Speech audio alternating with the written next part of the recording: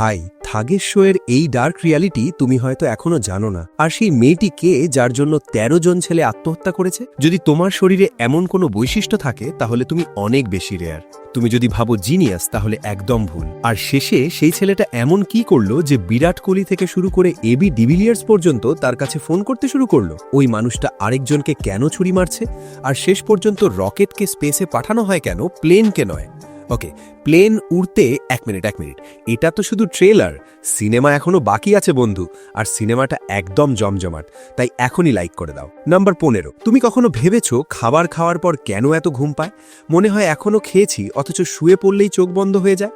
আসলে খাবার খাওয়ার পর রক্ত প্রবাহ বেশি চলে যায় পেট আর অন্ত্রের দিকে, ফলে মস্তিষ্কে রক্ত সরবরাহ কমে যায়, এজন্য ক্লান্তি অনুভব হয়। আবার কার্বোহাইড্রেট বেশি খাবার খেলে ইনসুলিন লেভেল বেড়ে যায়, যা সেরোটোনিন ও মেলাটোনিনের মতো স্লিপ হরমোনকে ট্রিগার করে। এই ঘুমকে বলে পোস্টপ্র্যান্ডিয়াল সোমনোলেন্স। নাম্বার 14, আমরা সবসময় শ্বাস নিই, কিন্তু তুমি জানো কি বাতাসে মাত্র 20.95% অক্সিজেন আছে, বাকি 78.08% নাইট্রোজেন, 0.93% আর্গন আর 0.04% কার্বন ডাইঅক্সাইড।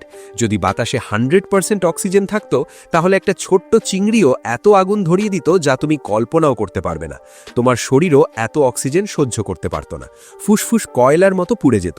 প্রকৃতি হাজার হাজার বছর ধরে এই পারফেক্ট ব্যালেন্স তৈরি করেছে। নাম্বার 13, প্লেনের এমার্জেন্সি গেট খুললে সেখান থেকে একটা স্লাইড বেরোয়, কিন্তু জরুরি অবস্থা ছাড়া যদি তুমি সেটা খুলে ফেলো তাহলে তোমার পকেট খালি হয়ে যাবে। এটা ইভ্যাকুয়েশন স্লাইড। জরুরি অবস্থায় যাত্রীদের দ্রুত প্লেন থেকে নামিয়ে আনার জন্য ব্যবহার হয়। এটা 6 সেকেন্ডের মধ্যে ফুল সাইজে ফুলে ওঠে। খুললে ক্রু বা যাত্রীদের চোট লাগতে পারে। আবার বন্ধ করতে 1 থেকে 3 ঘন্টা সময় লাগে, আর খরচ পড়ে 10 থেকে 15 লাখ টাকা। নাম্বার 12, তুমি কতটা রেয়ার চলো দেখি। Simian crease. যদি তোমার হাতের এই লাইনটা সোজা হয় তাহলে তুমি খুব রেয়ার। পৃথিবীর মাত্র 1.5% মানুষের হাতে এমন লাইন থাকে। ডেক্সট্রোকার্ডিয়া। হৃদয় সাধারণত বাম দিকে থাকে, কিন্তু যাদের ডান দিকে থাকে তারা পৃথিবীর 1%-এরও কম। সবুজোগ। পৃথিবীর মাত্র 2% মানুষের সবুজোগ আছে। 29শে ফেব্রুয়ারি জন্ম, 4 বছরে একবার। পৃথিবীর 0.9% মানুষের এই জন্ম। বিফিড ইউভুলা। গলার ভেতরের ইউভুলা 2 ভাগে বিভক্ত, এটাও খুব রেয়ার। নাম্বার 11, সেই মেয়েটি কে যার জন্য 13 জন ছেলে আত্মহত্যা করেছে? সে ছিল পারস্যের রাজকুমারী। 1855 সালে জন্ম নেওয়া সেই সময়ের সবচেয়ে সুন্দরী মেয়ে। প্রত্যেক ছেলেই তাকে বিয়ে করতে চাইত, কিন্তু এটা আসলে একটা মিথ। তার এনগেজমেন্ট হয়েছিল 8 বছর বয়সে আর বিয়ে 13 বছর বয়সে। তখন শুধু পরিবার আর কাছের আত্মীয়রাই তাকে দেখেছিল, তাই 13 জনের আত্মহত্যার গল্পটা পুরোপুরি মিথ্যা। সে ছিল তখনকার দীপিকা পাডুকোন, যেখানে মোটা শরীর আর মুখে চুল থাকাটাই সৌন্দর্যের প্রতীক। নাম্বার 10, কখনো কাককে ট্রোল করো না। একবার ক্ষতি করলে শুধু সেই কাক নয়, তার পুরো দল, বন্ধুবান্ধব এবং পরবর্তী প্রজন্ম তোমাকে চিনে রাখবে। তারা তোমার ওপর হামলা করবে এবং আশেপাশের সব কাককে ডেকে আনবে।